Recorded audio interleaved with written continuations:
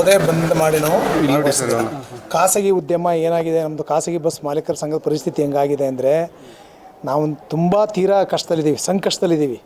ಈ free scheme ಮಾಡೋದ್ರಿಂದ ನಾವು ಒಂದು ದಿನ ಬಂದ್ ಮಾಡಿದ್ರೆ ನಮ್ಮ ಕಾರ್ಮಿಕರಿಗೆ, ನಮ್ಮ ಖಾಸಗಿ ಬಸ್ ಮಾಲೀಕರಿಗೆ ತುಂಬ ನಷ್ಟ ಆಗ್ತಕ್ಕಂಥ ಪರಿಸ್ಥಿತಿ ಇದೆ.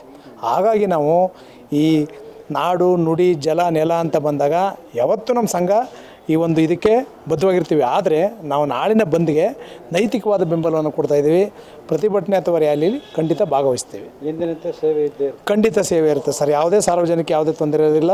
ನಾವೆಲ್ಲರೂ ಕೂಡ ನೈತಿಕವಾದ ಬೆಂಬಲ ಇರ್ತದೆ. ನಮ್ಮ ಎಂದಿನಂತೆ ನಮ್ಮ ಕಾರ್ಯಾಚರಣೆ ಬಸ್ಗಳು ನಮ್ಮ ಒಂದು 300-350 ಬಸ್ಗಳಿದೆ, CC ಪರ್ಮಿಟ್ಗಳೆಲ್ಲ. ಈಗ ಗಲಭೆಗಳ ಸೇವೆ ಎಲ್ಲ ಕಲ್ಲಿನ ತೂರಾಟ ಅಂಥವೇನಾದ್ರು ಅಹಿತಕರ ಘಟನೆಗಳಾದಾಗ ಅಂತ ನಿಮಗೆ ತೊಂದರೆ ಆಗುತ್ತೆ?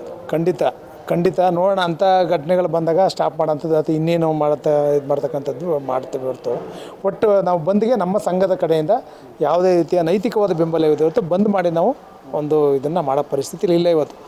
ಯಾಕೆಂದರೆ ಒಬ್ಬ ಡ್ರೈವರು ಎಲ್ಲ ನಮ್ಮಲ್ಲೂ ಡ್ರೈವರ್ ಇದ್ದಾರೆ, KSRTC ಡ್ರೈವರ್ ಇದ್ದಾರೆ, ಎಲ್ಲರಿಗೂ ಆಗಿರೋ ತೊಂದರೆನೇ. ಆದರೆ ಏನು ಗೊತ್ತಾ, ನಾವೇನಾರ ಬಸ್ ನಿಲ್ಲಿಸಿದ್ರೆ ಆ ಒಂದು ಡ್ರೈವರ್ನ ಕಷ್ಟ ಪರಿಸ್ಥಿತಿ ಒಂದು ದಿನದ ದುಡಿಮೆ ಹಾಳಾಗ್ತದೆ. ಅವ್ನಿಗೆ ಬೆಳಗ್ಗೆಯಿಂದ ಸಂಜೆ ಒಳಗಡೆ ದುಡಿತಕ್ಕಂಥ ದುಡಿಮೆ ಇಲ್ಲದೆ ಅವ್ನ ಜೀವನಕ್ಕೆ ಕಷ್ಟ ಆಗೋಂಥ ಪರಿಸ್ಥಿತಿ ನಿರ್ಮಾಣ ಆಗುತ್ತದೆ. ಹಾಗಾಗಿ ಬಸ್ಸು ಈಗ ಆಲ್ರೆಡಿ ನಮ್ಮ ಉದ್ಯಮ ಸಂಕಷ್ಟದಲ್ಲಿದೆ. ಫ್ರೀ ಸ್ಕೀಮ್ ಮಾಡೋದ್ರಿಂದ ಸರ್ಕಾರದಲ್ಲಿ ನಮಗೆ ಯಾವುದೇ ಥರದ ಅನುಕೂಲ ಮಾಡಿಕೊಟ್ಟಿಲ್ಲ. ಹಾಗಾಗಿ ನಾವು ತೊಂದರೆಯಲ್ಲಿರೋದ್ರಿಂದ ನಾವು ಅಸಹಾಯಕರಾಗಿ ನಾವು ಬಂದ್ಗೆ ನೈತಿಕ ಬೆಂಬಲವನ್ನು ಕೊಡ್ತಾಯಿದ್ದೇವೆ ಹೊತ್ತು ಬಂದಲ್ಲಿ ಭಾಗವಹಿಸಲ್ಲ. Okay, thank you. Dayananda Swami, bus ಖಾಸಗಿ